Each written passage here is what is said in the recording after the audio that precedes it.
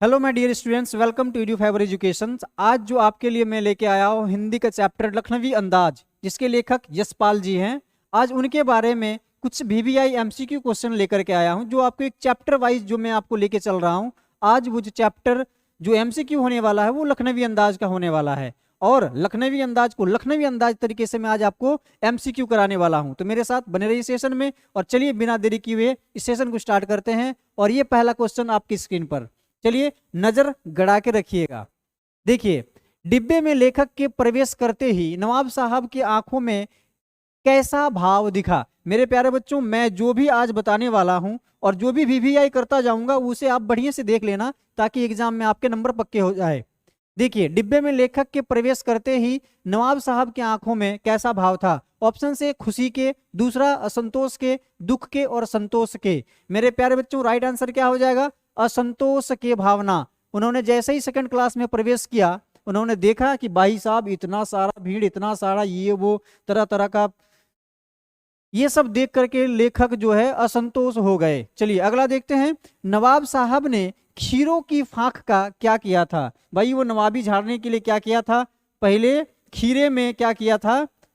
नमक मिर्च लगाया, बढ़िया से सब कुछ किया, और उसके बाद नवाब साहब ने क्या किया? खिड़की से बाहर फेंक दिया। लेखक को दे दिया, खा गए, या बच्चे को दे दिया? तो मेरे प्यारे बच्चों, आपने पढ़ा कि नवाब साहब ने बड़ी नवाबी के साथ उस पर नमक मिर्च लगाया, जो भी तड़का धड़का जो भी दिया। उसके बाद उन्होंने क्या किया? नवाबी दिखाने के लिए उन्होंने क्या किया? इसे खिड़की से बाहर फेंक दिया। चलिए अगला देखते हैं। नवाब साहब को कनखियों से कौन देख रहा था? अब नवाब साहब के नवाबी जब झाड़ रहे थे, तो वहां पर एक शख्स जो बैठे हुए थे, जिनकी नवाबी को वो तराश रहे थे, देख रहे थे कि भाई ये कौन नवाब है। तो वो थे लेखक साहब। कौन थे? लेखक जी जो थे, उनके नवाबी को देख रहे थे अपने कनखी नजर से। तो राइट आंसर क्या हो जाएगा? लेखक। चौथा, नवाब साहब ने खीरों को खिड़की से बाहर क्यों फेंक दिया? मेरे प्यारे बच्चों, मैं अभी जस्ट कुछ सेकंड पहले ही आपको बताया कि नवाब साहब ने खीरों को खिड़की से क्यों बाहर फेंक दिया। देखते हैं ऑप्शन मेरा क्या है। अमीरी दिखाने के लिए, पेट भरने के कारण, तबीयत खराब होने के कारण, और इनमें से कोई नहीं। मेरे प्यारे बच्चों, अमीरी दिखाने के चक्कर में उन्होंने क्या किया? खीरे को बढ़िया से नमक मिर्च लगा करके खिड़की से बाहर कर दिया। ठीक है, चलिए अगला देखते हैं। अगला प्रश्न क्या है कि लेखक ने ट्रेन में सेकंड क्लास का टिकट क्यों लिया था? अब लेखक भाई हर एक बात पर चिंतन विचार विमर्श, सोच विचार में तुरंत लग जाते हैं। उन्होंने सोचा कि चलो इस सेकंड क्लास का टिकट ले लिया जाए और इसके बारे में कुछ सोचा जाएगा। तो देखिए उन्होंने क्यों लिया। सेकंड क्लास में आराम से यात्रा करने के लिए? नहीं। अमीरी दिखाने के लिए? भाई साहब नहीं। नई कहानी के बारे में सोचने के लिए? और इनमें से कोई नहीं। भाई सबसे पहले देखो कि ये लेखक है, और लेखक अगर कुछ सोच समझ के सेकंड क्लास का टिकट लिया होगा, तो जरूर सी बात होगी, कुछ तो जरूर बात होगी कि नई कहानी के बारे में सोचने के लिए ही लिया होगा। मेरे प्यारे बच्चों, जो लेखक है वो चिंतन करने के लिए और कुछ नया सोचने के लिए उन्होंने सेकंड क्लास का टिकट लिया था। तो राइट आंसर क्या हो जाएगा? ग, नई कहानी के बारे में सोचने के लिए। चलिए अगला प्रश्न देखते हैं। लेखक ने नवाब साहब से खीरा न खाने का कारण क्या बताया? क्या बताया? कि उन्हें खीरा पसंद नहीं है, पेट भरा हुआ है, अच्छा नहीं है, या इनमें से कोई नहीं। उन्होंने जवाब दिया कि मुझे इच्छा नहीं है। क्या नहीं है? भाई साहब खीरा मुझे नहीं खाना है, मुझे खीरा खाने की इच्छा ही नहीं है। उन्होंने ये जवाब दिया। राइट आंसर क्या हो जाएगा? इच्छा नहीं है। चलिए अगला। नवाब साहब ने लेखक को क्या खाने का निमंत्रण दिया? अब आप बताओ, सारा नवाबी तो खीरे के ऊपर झाड़ दी। अब कोई उसको इनवाइट करेगा तो किस लिए करेगा? किसके लिए किया था कि भाई साहब आप भी थोड़ा सा खीरा खा लो? बादाम के लिए तो पूछा नहीं था, बिस्किट के लिए तो पूछा नहीं था। तो यहाँ जो था वो खीरे के लेकर के पूछा गया था कि आप भी भाई साहब ले लो थोड़ा सा, है कि नहीं? हम भी जब ट्रेन में यात्रा करते हैं, बगल सीट में कोई बैठता है और हम कुछ खाने लगते हैं, तो बगल वाले को पूछते हैं भाई साहब थोड़ा सा, है कि नहीं? तो लेखक ने भी उसी तरह से नवाब साहब को पूछा कि भाई साहब थोड़ा सा ले लो आप भी। तो वो क्या पूछा था, खीरा खाने को निमंत्रण दिया था, है ना। चलिए अगला देखते हैं। अकेले सफर का वक्त काटने के लिए नवाब साहब ने क्या खरीदा था, क्या खरीदा था नवाब साहब ने? भाई देख लो, अखबार खरीदा था कि पुस्तक खरीदा था कि खीरा की पत्रिका? क्या खरीदा था मेरे प्यारे बच्चों? खीरा खरीदा था, है ना। चलिए अगला देखते हैं। नवाब साहब को क्या गवारा ना था, नवाब साहब को क्या गवारा नहीं था या गवारा न था? मंझले दर्जे में यात्रा करने की, लेखक से बात करने की और खीरा खाने की। ठीक है, यहां है इनमें से कोई नहीं। नवाब साहब को मंझले दर्जे में यात्रा करते दिखना जो है उसे गवारा न था। देखिए अगला प्रश्न, सॉरी यहाँ पे देखिए, यहाँ पे जो होगा वो थोड़ा यहाँ पर हो जाएगा खाली, है ना, खाली। चलिए, खाली बैठे कल्पना करते रहने की पुरानी आदत किसकी थी, बताइए। और पहला ऑप्शन है नवाब साहब की, यात्री की, लेखक की या कवि की। मेरे प्यारे बच्चों, खाली बैठे कल्पना करते रहने की पुरानी आदत जो थी वो लेखक को थी, है ना। नवाब साहब को थी नहीं, यात्री की थी नहीं, कवि की भी नहीं, लेखक की जो थी वो पुरानी आदत थी। चलिए अगला देखते हैं। वार्तालाप की शुरुआत किसने की, वार्तालाप की शुरुआत किसने की? देखिए यहां पर है राइट आंसर, देखिए यहां दिया है लेखक ने, नवाब ने और दुकानदार ने, इनमें से कोई नहीं। मेरे प्यारे बच्चों, जो नवाब है वो नवाबी झाड़ रहे थे, वो चुपचाप आराम से बैठे हुए थे। बट जो मिडिल क्लास लेखक जी हैं उन्होंने क्या किए कि भाई साहब कुछ तो बात हो जाए, तो बात की शुरुआत लेखक ने किए थे। ठीक है। ख, लेखक कनखियों से किसकी ओर देख रहे थे, लेखक कनखियों से किनकी ओर देख रहे थे, किसकी ओर देख रहे थे? खिड़की की तरफ, घर की तरफ, स्टेशन की तरफ, नवाब साहब की तरफ। मेरे प्यारे बच्चों राइट आंसर क्या हो जाएगा? घ, नवाब साहब की तरफ देख रहे थे वो कनखियों से। देखिए लखनऊ स्टेशन पर कौन खीरे के इस्तेमाल का तरीका जानते हैं, लखनऊ स्टेशन पर कौन खीरे के इस्तेमाल का तरीका जानते हैं? पहला नवाब साहब, ख लेखक, खीरा बेचने वाले और इनमें से कोई नहीं। मेरे प्यारे बच्चों, जो खीरा बेचते हैं वही तरीका बेहतर जानते हैं, तो जो खीरा बेचता है वही इसका तरीका जो है, इस्तेमाल जो है बढ़िया से जानता है। चलिए राइट आंसर क्या हो जाएगा? खीरा बेचने वाले। देखिए अगला प्रश्न क्या है, नवाब साहब ने खीरे की तैयारी के बाद उसका क्या किया? अब बता दो क्या किया था, बताइए होगा, बहुत इजी प्रश्न है कि नहीं? आ गए, खिड़की से बाहर फेंक दिया, नवाब साहब को दे दिया, इनमें से कोई नहीं। भाई उन्होंने खिड़की से खीरे को बाहर फेंक दिया था। राइट आंसर क्या हो जाएगा? ख। चलिए अगला देखते हैं। अगला प्रश्न क्या है कि नवाब साहब का सहसा क्या करना लेखक को अच्छा नहीं लगा? क्या अच्छा नहीं लगा? बात करना, खीरा खाना, भाव परिवर्तन करना, जेब से चाकू निकालना। मेरे प्यारे बच्चों, नवाब साहब का सहसा क्या करने का लेखक को अच्छा नहीं लगा? क्या अच्छा नहीं लगा? क्योंकि वो भाव परिवर्तन कर लिए, है कि नहीं, अपना भाव भंगिमा क्या किया, थोड़ा सा ही चेंज कर लिया, है कि नहीं। तो राइट आंसर क्या हो जाएगा? ग, भाव परिवर्तन करना अच्छा नहीं लगा। अब देखिए अगला मुफस्सिल, देखिए बहुत ये VVI क्वेश्चन है, ठीक है। मुफस्सिल का क्या अर्थ होता है? मुफस्सिल का अर्थ देखिए यहाँ पे, नगर का मुख्य भाग, ख नगर का मुख्य चौराहा, नगर का प्रसिद्ध व्यक्ति या केंद्रस्थ नगर के इर्द गिर्द का स्थान। मेरे प्यारे बच्चों, जो घ होगा राइट आंसर, केंद्रस्थ नगर के आसपास का स्थान ही मुफस्सिल इलाका होता है। ठीक है। चलिए अगला प्रश्न देखते हैं। अगला प्रश्न क्या है, खीरे को लेकर नवाब साहब के संकोच का क्या कारण था? क, देखिए यहां पर संकोच का क्या कारण था, क्यों शर्मा रहा था भाई? कि नवाब साहब को खीरा खाते देखने से कोई क्या सोचेगा कि नवाब साहब होकर खीरा खा रहा है। खीरा एक अपदार्थ वस्तु होती है, लग रहा था उनको। वह अपना लखनवी अंदाज बनाए रखना चाहता था। उपयुक्त सभी कथन सत्य है।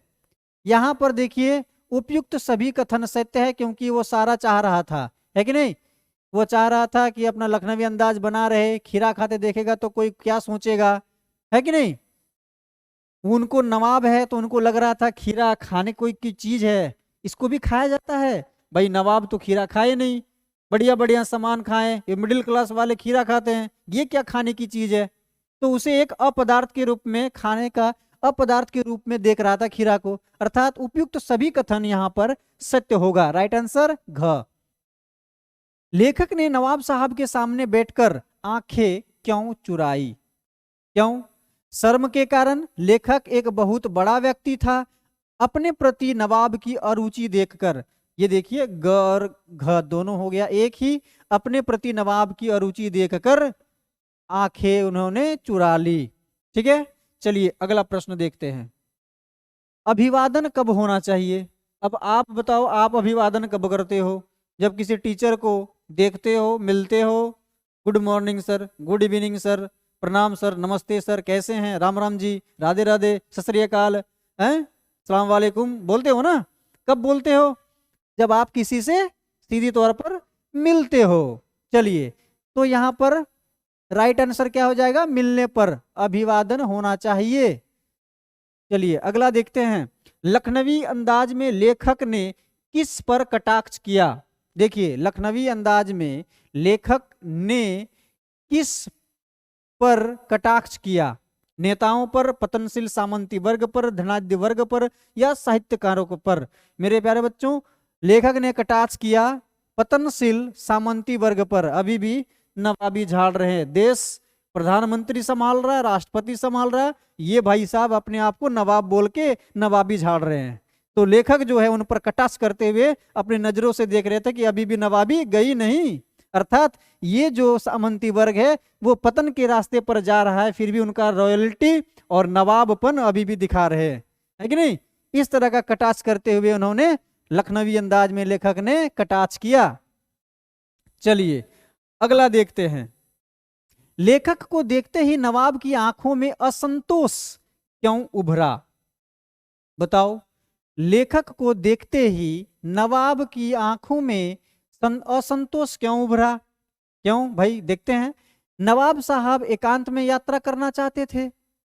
लेखक छोटा आदमी था। नवाब साहब के चिंतन में विघ्न पड़ गया।